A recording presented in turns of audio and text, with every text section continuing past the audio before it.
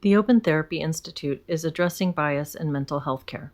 Go to our website, opentherapyinstitute.org.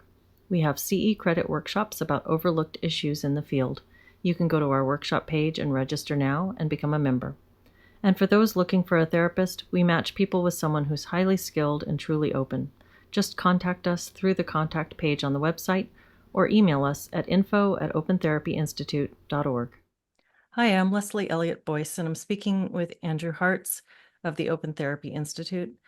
And Andrew, I think this is our 17th episode of this podcast series. It's been a really interesting journey into lots of different topics. And today you wanted to talk about the potential harmful effects of DEI trainings, which I think is such an important thing to address because these are going on in all kinds of industries, all kinds of fields in education, and they're really concerning to a lot of people, really alienating, and so much is coming up for people around this new wave of I guess ideological training that has seemed to have just crept up over the last what decade, 5 years.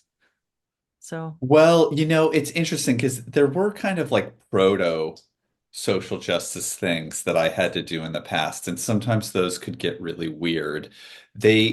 My sense is that they're sustained largely by the fact that people are afraid to challenge aggression and false claims in these workshops because if they do that, they'll get attacked as racist or sexist and viciously attacked. Um, Often with really severe social and professional consequences. So they lean hard on the overuse of those accusations in order to sustain ideologies that I suspect a lot of people find problems with. Um, Another thing to think about, which we're not really talking about today, but I think that because there's such a implicit threat behind the trainings of disagreement will lead to your destruction. Uh, mm, that it's not just self-censorship that it's a problem, but people will actually repress thoughts and feelings that disagree with these ideologies so that they're unconscious. mm, And they convince themselves to agree because even acknowledging those thoughts and feelings is a threat. So a lot of it is self-censorship, but there's also even beyond self-censorship, there's repression mm, of observations that you'd think anybody paying attention would have. My I wrote an article like this for OTIs and report on issues that are overlooked in mental health because of bias. And we have our first edition of that. The first 10 articles in the intro will be coming out in early February, and including this one. So people will be able to see it there, and maybe we'll modify it for a piece that could go in the media. Although the current form is pretty, it's accessible, but it's pretty systematic and kind of in tone. It's not an op-ed. Um, wanted to talk about it today, the issues with DEI trainings, because a really great article came out um, recently by Lee Jussum and Pamela Paresky about the costs of DEI trainings. And they actually did an empirical study that showed, among other things, an increase in what they're called hostile attribution bias, mm, that DEI trainings will have certain target groups that are labeled as privileged oppressors, and they really teach people to see those groups as having hostility uh, or being having malicious intent, even for really mundane behaviors, and they kind of coach participants to view those groups as aggressors. Um, that was one of the key findings. mm, One of the things that's really surprising too, and then we can get into my article, but one of the things that's really surprising about their study is how little people promoting DEI trainings are actually doing randomized control trials and studies to show that their interventions actually have a positive effect in the real world. And they don't seem to even think that they need evidence behind the claims and practices that they're engaging in. And there's lots of reasons to suspect that what they're teaching is actively destructive and harmful to people. Which is what my article's about. But it's like they don't even seem to feel the need to prove that this is helping people get along, that this is improving well-being, that this is improving efficiency or any outcomes. And there doesn't seem to be a robust evidence base for any of those claims. And as this recent study shows, there's lots of reasons to suspect that they're causing really countless negative, harmful dynamics. So that's what my article's about. Yeah.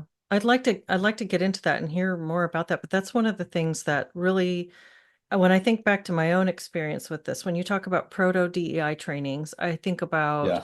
there were like sexual harassment trainings that started coming out in the Mm, workplace where people had to watch a video. I can remember that being something that was as far back as probably my first jobs. You'd sometimes have to watch some video on sexual harassment in the workplace, like basically saying some of these behaviors aren't appropriate.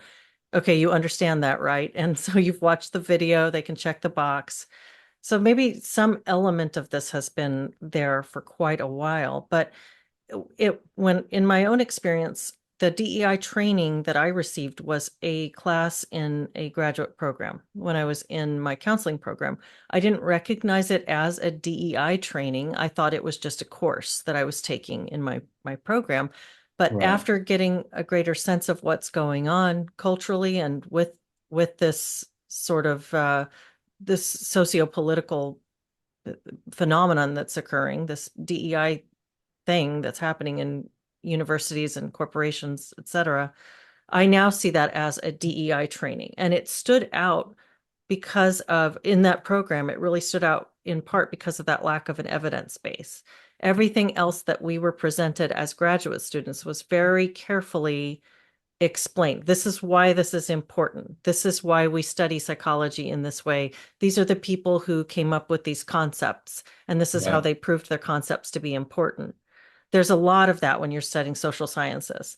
And in this case, you just have a professor standing up and saying, so let's talk about white privilege. Well, let's talk about Right. Right. um, white women's tears and white saviorism. And, there's no sort of, these are the founding thinkers that brought this philosophy to us. And this is why this is important. And this is how this is helpful to you and your clients. So that is, I'm glad you brought that up. I'm glad that they are addressing that. The lack of an evidence base is really apparent with this stuff.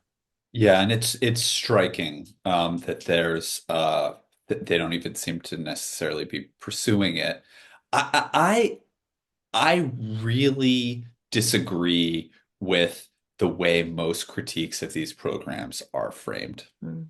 Um, and it actually is something that really bothers me. A lot of people will criticize DEI and they'll say it's a waste of money, or its resources could be better spent on other things, or they're divisive. Mm. I hate all three of those critiques because, and I think they're true. But the issue that's central to why these trainings are a problem is because they are hateful, hateful, hateful. And it's like the aggression is the issue. There Mm. are certain groups that are demonized and insulted, and Mm. there's other groups that are idealized. And there is a cruelty. And even it's not hard. I've been to plenty of trainings where the sadism of the facilitator is palpable. So to kind of say, well, that's a waste of money. I mean, obviously, I think it is a waste of money, but talk about missing the ball. Mhm. These are hateful, destructive, immoral things. And I Mhm. think that I remember seeing on social media somebody's profile, they said they listed themselves, they were kind of describing about themselves, and one of the things that they said was like, something like, please care about social justice or something. I can't remember how they, but it was like, I, I, I think that's the way that a lot of people who support DEI think about it. The good people care enough to do DEI, and the critics are preoccupied with not wasting money or not being divisive because that's going to ruffle feathers. Mm, And I view it the opposite way. I oppose DEI because I care, because I think it's immoral and hateful. It's all about caring about people and wanting to help people get along, which is why I oppose DEI. If it cost more money to get rid of DEI, I'd support paying that money. It's like hmm it's that destructive. And it's like it's and it doesn't I I don't the evidence isn't there that it's helping anyone to go around and insult white people. But let me go into um a couple of the I had six things. Obviously, hostile attribution bias was in this recent paper, which we should link to. But I had six other things.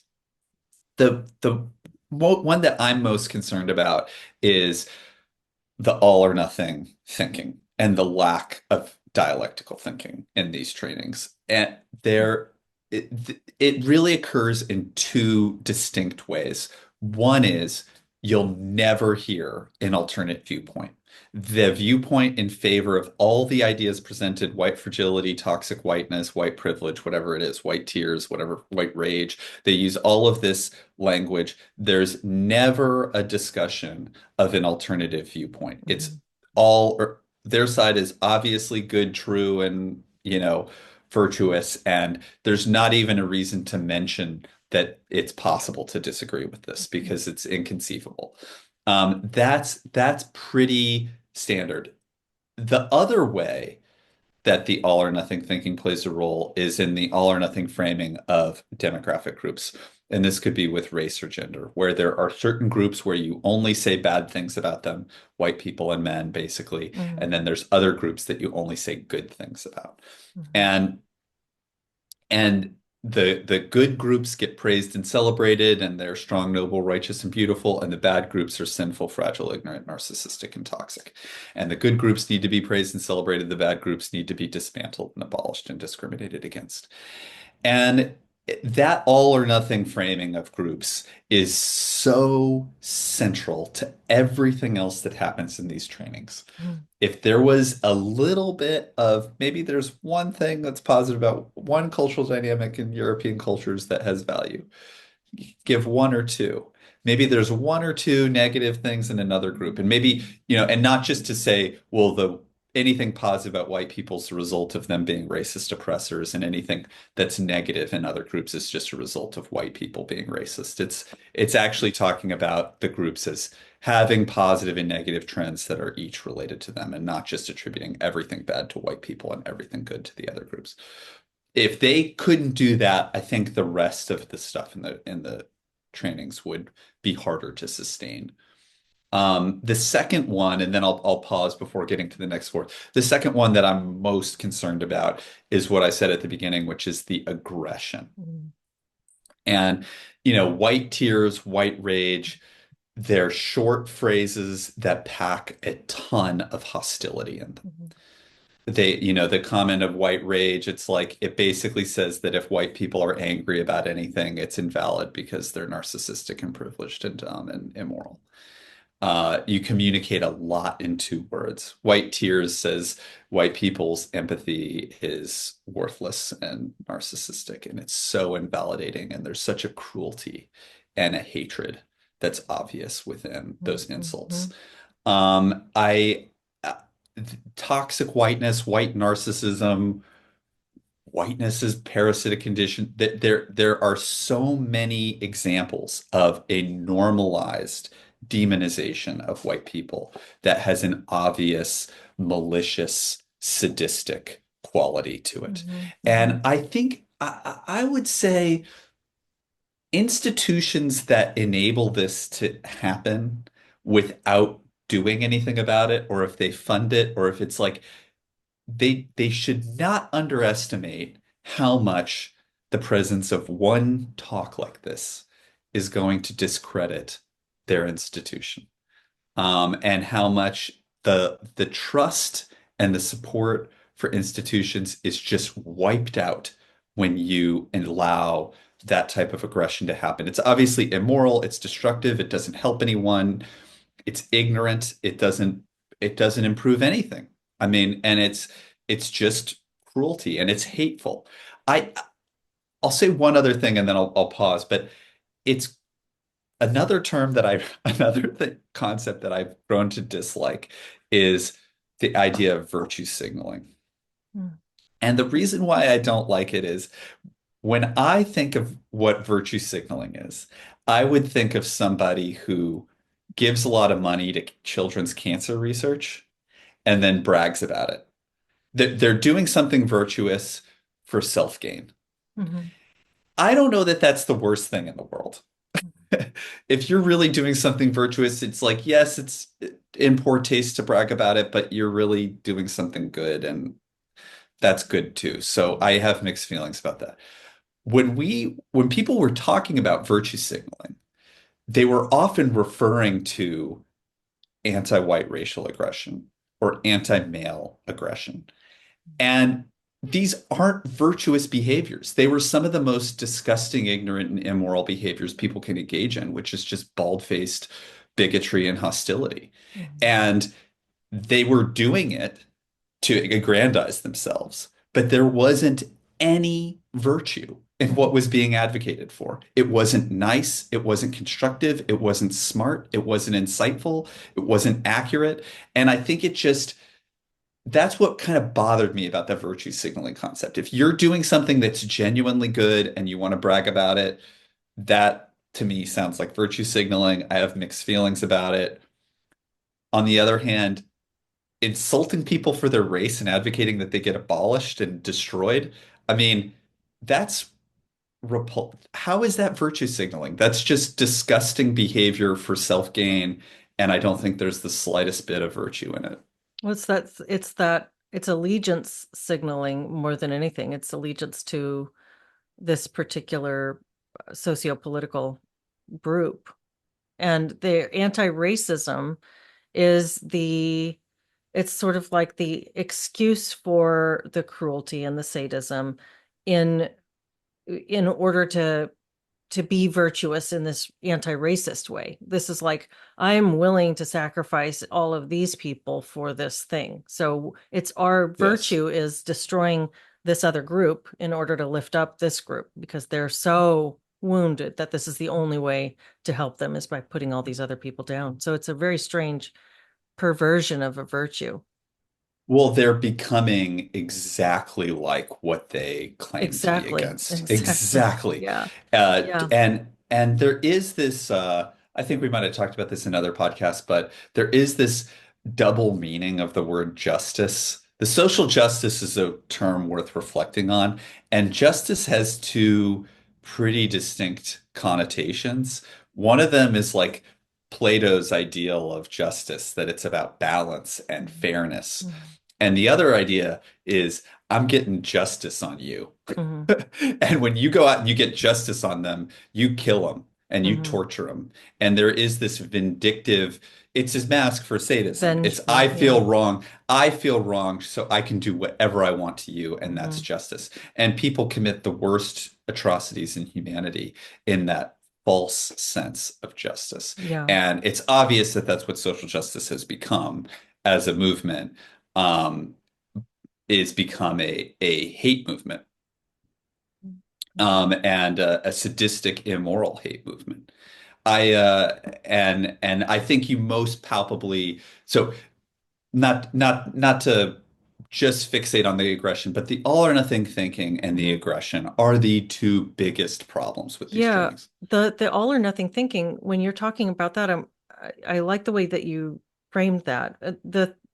There's no, they don't give any value to any counter positions. In fact, the counter positions are rolled into their their thinking in the first place. So if a white person objects to this, it's because they are flawed because of their whiteness. So you're fragile, and that's why you're having an objection. And if a person of color objects to this, it's because white supremacy has really Right, extra right. victimized you, and that's why you would dare to speak back against this because you're an internalized white supremacist. The funny one was when they called Larry Elder the blackface of white supremacy. They're Right, right, using, right. you'd hear that like you're an Uncle Tom if you don't agree with this. There's something wrong with you if you would dare to have a counter argument to any of these teachings. Well, there's certain groups that are always valid no matter what, and you don't even need data. And then there's other people, no matter what they say, it's invalid no matter what, and they don't Mhm. need data. Um, there's certain groups that get empathy no matter what. You have to empathize with them. There's other groups that you can't empathize with, and if you express empathy towards those groups, it's immoral. And certain groups you have to help, certain groups you can't help. Certain groups you have to praise, certain Mhm. groups you can't praise, certain groups you can be aggressive towards, other groups you can't even have the faintest hint of bias against. It is the all or nothing framing of Mhm. these groups is so central to Mhm. these ideologies that you treat people based on their immutable characteristics in opposite all or nothing terms. Mhm. Um, and that's just so foundational, and it feeds into the aggression. Well, the You know, aggression, I wanted to respond to something you said about that when the white tears thing, this was brought up in my counseling program by right, a woman with a PhD in psychology who was leading our class. And she said, right, "Did you hear the one about white women's tears?" And she brought it up very casually to us. And she said, "White women have their feelings and their crying has been overvalued. And so you right, have to keep that in mind. It's been a socially overvalued thing. There's been too much power in white women's tears. And right, so we're supposed to look at our clients through this lens of basically, she was asking us to jade ourselves a little bit to the feelings of this specific demographic. So I remember just being so appalled by this. Like, what if you're telling me that if a white woman comes in to my office and she's crying because she's got problems with her relationship with her husband because her father died, because she's struggling, whatever million reasons a person might feel moved to tears. I'm supposed to set the record straight on behalf of some other group not present in this office right now. And I'm supposed to see her feelings as less valid and less valuable. And so that aggression and that hostility that you're talking about, I thought of, it really made me think of Rwanda. It made me think of right, the, right, right. turning the Hutus and the Tutsis against each other. Like, we're going to tell you that there are some people that are not worthy of our empathy. Yes, yes. Yeah, and there's a slickness to it all. What it makes me think of a little bit more is One Flew Over the Cuckoo's Nest Mhm. and Nurse Ratched. And Nurse Ratched is um, full of aggression, but it's all masked in a certain type of professionalism that's good Mhm. for the whole. Mhm. And that personality structure is very common. Now, some people, I definitely have had people teach about social justice topics who were just unhinged, hateful bigots. But there's a lot that have this mask Mhm. of this is for the good of the whole, and that's why we need to separate you over here, and you need to recognize that you're this. It's like there's something really Bureaucratic sadism. it's bureaucratic. Yeah, that's a great turn of phrase. But yeah, there is, but it's I just there's this shyness that people clearly have about just naming the aggression, and I don't quite get it. I don't know if they're just afraid that if they talk candidly about the aggression, what's going to happen. But there's this tendency to say, well, they're inefficient. It's like, or something. It's like they're a waste of resources, or they'll want to focus on something else, like meritocracy, Mhm. uh, f free speech issues. Again, really important. Those are really important things. And I'm not saying that they're not true, but I just feel like the central thing here is the aggression. And I just don't know why people have such a hard time naming it and Hmm. saying that's the central thing. It's they would there's a sense that sometimes people have that if I take a more moderate position, that'll be more persuasive because it's less adversarial. Hmm. And so I'll take a more moderate position and that'll be more persuasive. The reason why that doesn't work here is because you're not actually saying what the actual problem is. Hmm. Say it in a nice way. You don't need to be unhinged. You don't need to hate anybody. You shouldn't hate anybody. That's not going to be effective. There's no reason to. Don't demonize other people. Don't, there's no reason to do any of that. Be nice, be thoughtful, be charitable, be humble. But you got to say what the issue is. And Hmm. I just don't, but there's this block where What do you think that is? What do you think keeps people? Is it a lack of being able to actually recognize that? I can't imagine that they're not seeing it. Maybe they're not formulating it clearly. Well, you know Maybe what they, it makes me think of is like the casual sadism that you see so often in the medical field. hmm, Do you know what I'm talking about? Like the nurse no. or the lady at the desk will just like just do that little, when you mention Nurse Ratchet, that's what, because it's like they're just, and I worked in the medical field for over a decade, Right. and it's Yeah. just so you see these people who kind of get a little jaded towards the neediness of the people who are coming to them and Yeah. do a little bit to just grind their gears a little and sort of not respond in the compassionate way to the person in front of them. So there's this like it's very casual and it's very deniable. There's Yes. lots of plausible deniability. Oh, I don't know what you're talking about. But yeah, you did just take advantage of the opportunity to sort of push me back a little bit.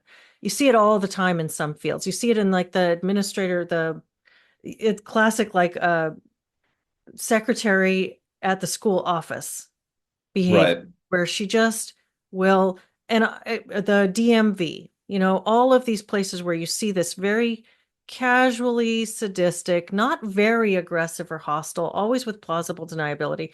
And I just wonder Right. if that's Right. kind of the same beast that you're talking about, but just being employed through this DEI, which is much more Yeah. directly hostile rhetoric. There might be a way that people are being culturally conditioned to expect and be normal. Like there is a way that racial aggression directed at white people has been culturally normalized over the Right. past 10 years. But a big reason why it's become normalized is because nobody says this is a problem. Hmm. I don't know of, and there probably is one or two, but I don't know of any national organization that acknowledges anti-white racial aggression or Hmm. anti-male aggression as a legitimate social issue and Hmm. focuses on it. Um, it would be great to have a racially and ethnically diverse, politically moderate, nice, non-hateful organization that says these are forms of hatred too, and Hmm. we should confront them in a loving, forgiving, open-minded way. I don't know, they needed him 10 years ago. I Hmm. don't know what the delay is. I don't know why people can't do it. Maybe they're struggling to find the tone. I think some people get so angry about it, they shut down, or they Hmm. become extremists, or they internalize it, or they repress it. It might be kind of like an emotion regulation thing, and they need help kind of getting a model of like, look, I don't hate people of other races. I think hatred towards every group is wrong. I would stand up against hatred towards every group. The only group that it's forbidden to care about hatred towards is white people, and I guess also men. And there's some of this Hmm. too, where anti-Christian hatred and increasingly anti-Semitism are also being normalized in different ways, and those matter too. Um, so I might include those, but I think the race and gender piece are really central. Hmm.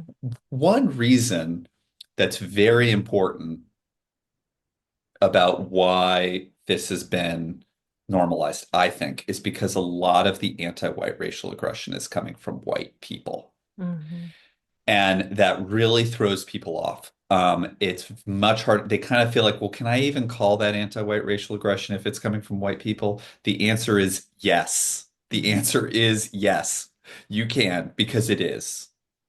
And I think, but it is psychologically confusing for people to be able to say, I'm being racially abused for being white by a white lady at work. Mm-hmm. And I've actually don't know that I've ever experienced it from a white man. It's always a white woman. I don't know, maybe I'm I have okay, okay. it was the There clearly chancellor are. of my graduate school who called me Okay, a white okay. supremacist for Okay. objecting Who's to white? this Okay. stuff. Yeah. There's clearly people like Donald Moss and other people who are Uh, white who do this. So it's not uh-huh. I can think of examples, but the but I wrote a different article that's yet to be published that was trying to explain the issue of white people who hate white people, which Yeah. is such a central dynamic to understand. And that just in a nutshell, the psychological mechanism that I think is driving it is something called reaction formation. Okay. That's when you turn a feeling into its opposite. So a good example of this might be the classic stereotype is the guy who's gay, represses his homosexuality, and becomes an anti-gay Mm-hmm. crusader. Mm-hmm. But is like another example is you have a crush on somebody, but they're unavailable, so you hate them. Mm-hmm. We've kind of seen some of this stuff, but usually the the reaction turning love into hate or hate into love, that has a um an odd ring to it. There are certain features that stand out when it's reaction formation that make it. So think about the woman hates this guy who she has a crush on. Okay. Mm-hmm.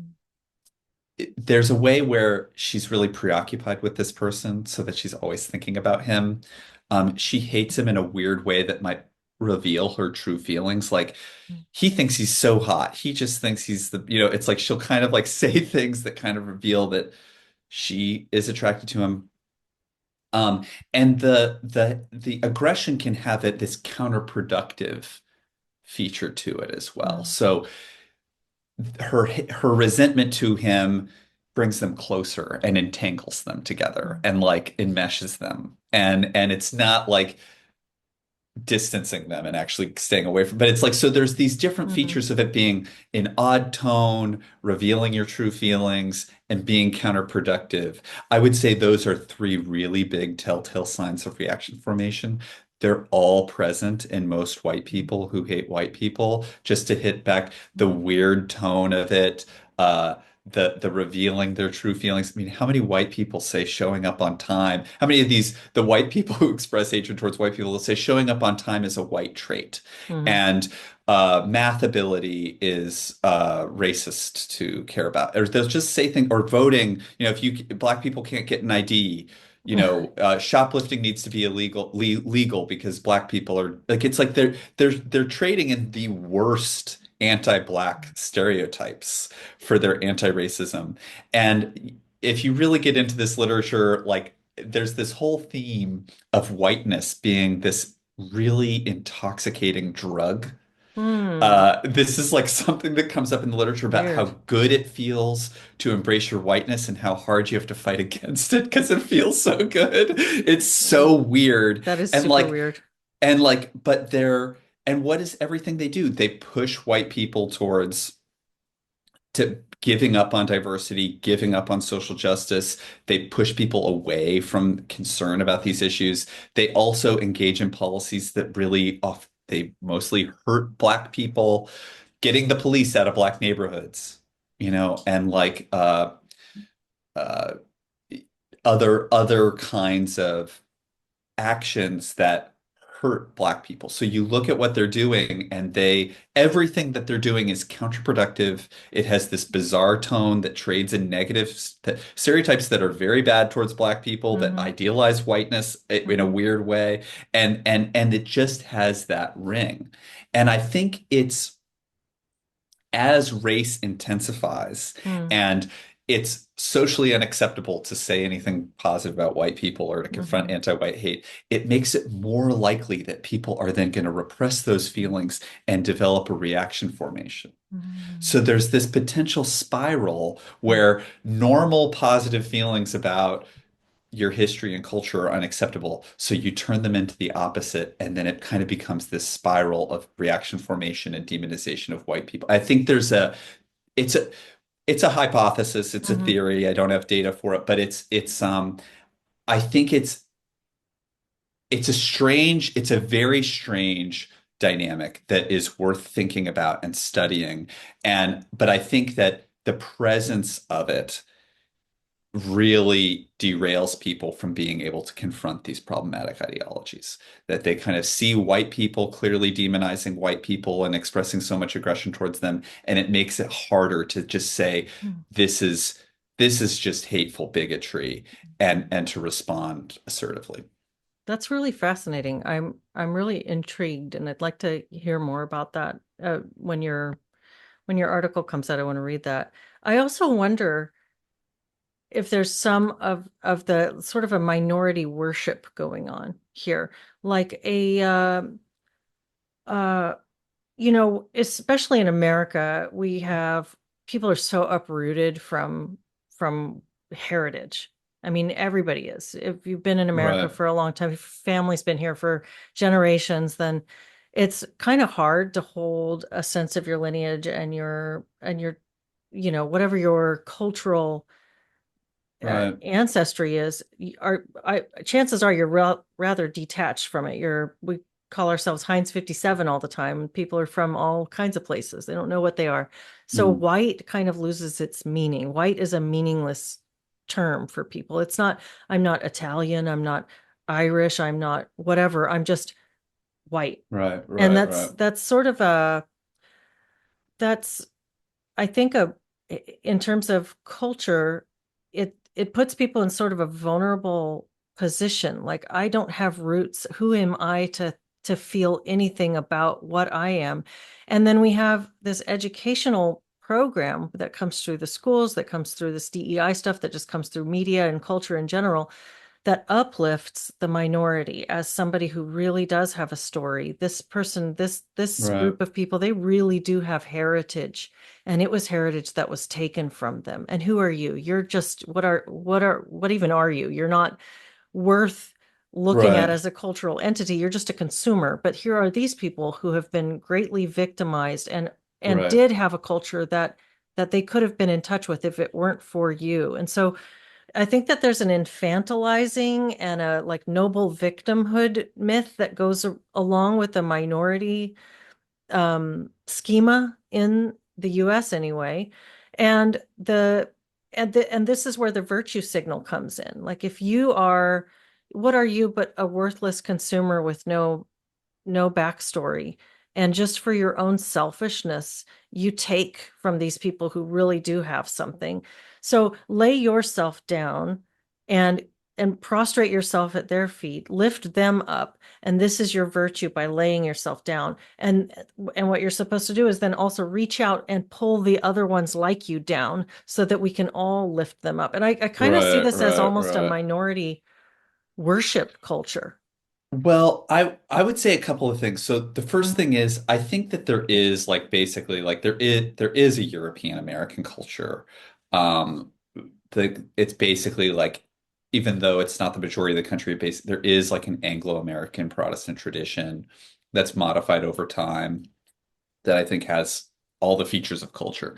People are forbidden from identifying with Mhm. that in Mhm. any positive way. So it's not, I don't know that it's just like it was a passive thing that they lost touch with it. I think Mhm. that if you were attached to that cultural tradition, that would be seen as unacceptable. So, but I do think that I don't know that I would say it's worship. I don't know that I would use that term, but there is an idealization. And sometimes the idealization gets really wonky and weird where, they're geniuses, they're brilliant heroes, and I do think there is this like, uh very, very jarring idealization Hmm. of certain cultures that is not accurate and not realistic and Hmm. not really rooted in what those experiences actually are. Hmm. Like they're complex, there's positive and negative trends and dynamics, and it's not one simple thing, and there's complexity, and that's washed out in this uh desire to paint these groups. It's like, and the inability to talk about anything negative in the culture or history of a group Hmm. is you're not going to understand it. Like you're just not going to understand it because it's not accurate. Hmm. And there's this inability to kind of acknowledge any of that. So they get very grandiosely idealized. But I think like the solution is to the extent we're even going to think about people in these terms, um, which again was kind of like foisted on us constantly in this culture, and why we need to respond to it is because we're just constantly bombarded with it. Um, but to the extent that we are, we have to develop accurate, nuanced, integrated sense of what these cultural entities are in terms of a mix of positive and negative traits and dynamics that change over time Hmm. and vary. And if you don't have a picture that looks like that, it's not accurate. So you need to be able to talk about things like I think the European American tradition has a lot of insight and value and beauty, and if you're not seeing that, you're not understanding it. And there's other groups that also have that, and they've got problems too, and every group has that, and if you're not talking about it in that way, you're distorting. Hmm. And so just to have a more sober, realistic impression about like, the group that has more power, they tend to do more bad stuff and they tend to have more achievements. Hmm. That's true. Any group anywhere that has more power, that's probably true of them. Hmm. So, and the group that has less power has fewer contributions, but they have fewer blemishes possibly. So it's just, but there's just no reality framing of it. I know we're running out of time. We need to wrap up. Maybe we can pick up with this because I do have four other problems with DEI trainings and Oh, we could maybe great. go, but those are the big two were the ones that I talked about. So maybe we could have a part two another time. There are so many problems with DEI trainings. Yeah, We could do 4 parts on four this, I parts. Yeah, think. exactly. Yeah, I would also love to talk to you sometime about the European American culture and what has led to the undermining of that as a valid construct in our sort of social landscape right now. So maybe if you're interested in ever talking about that, I'd love that. Well, I'll just say one thing that comes to mind immediately, which is the way that people will kind of like identify with like a particular state or something where it's like, oh, I'm a Wisconsin or Yeah, something. yeah. And it's like, I'm a Wisconsinian or I don't know what they're Uh, called. But it's like, okay, there's this, but they would never just identify as like European American. And it's like, is your culture really that different from Minnesota? Like, I'm sure it is. There's probably a difference, but I don't know. But it's like they're clearly reaching for an identity, and there's an obvious thing that they're not allowed to identify with, and then there's these other kind of pseudo things Mm. that they grasp onto because they're maybe socially acceptable to have. So. Yeah, there's so much there. I'm so interested in talking with you about that. Maybe we can chew on it at Okay. some future point. Well, Sounds thank good. you so much for this conversation and for just coming right out. And I really appreciate just the strong statement that the reason why these trainings are wrong is essentially because they are so hostile, hateful, and aggressive, not all the other sort of soft sell reasons we want to give it. Just being able to put Yeah. just draw highlight that, underscore that this is the central problem.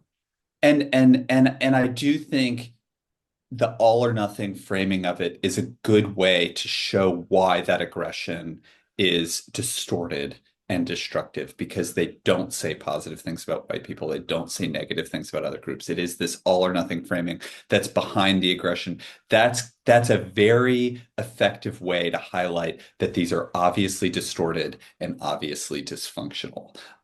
So I think those two go hand in hand and are a more precise way of responding it than the other critiques, which are mostly valid, but I think not quite getting at the heart of the issue. Excellent. I really look forward to part two of this discussion. And Okay, great. Thanks, thanks, Leslie. Andrew.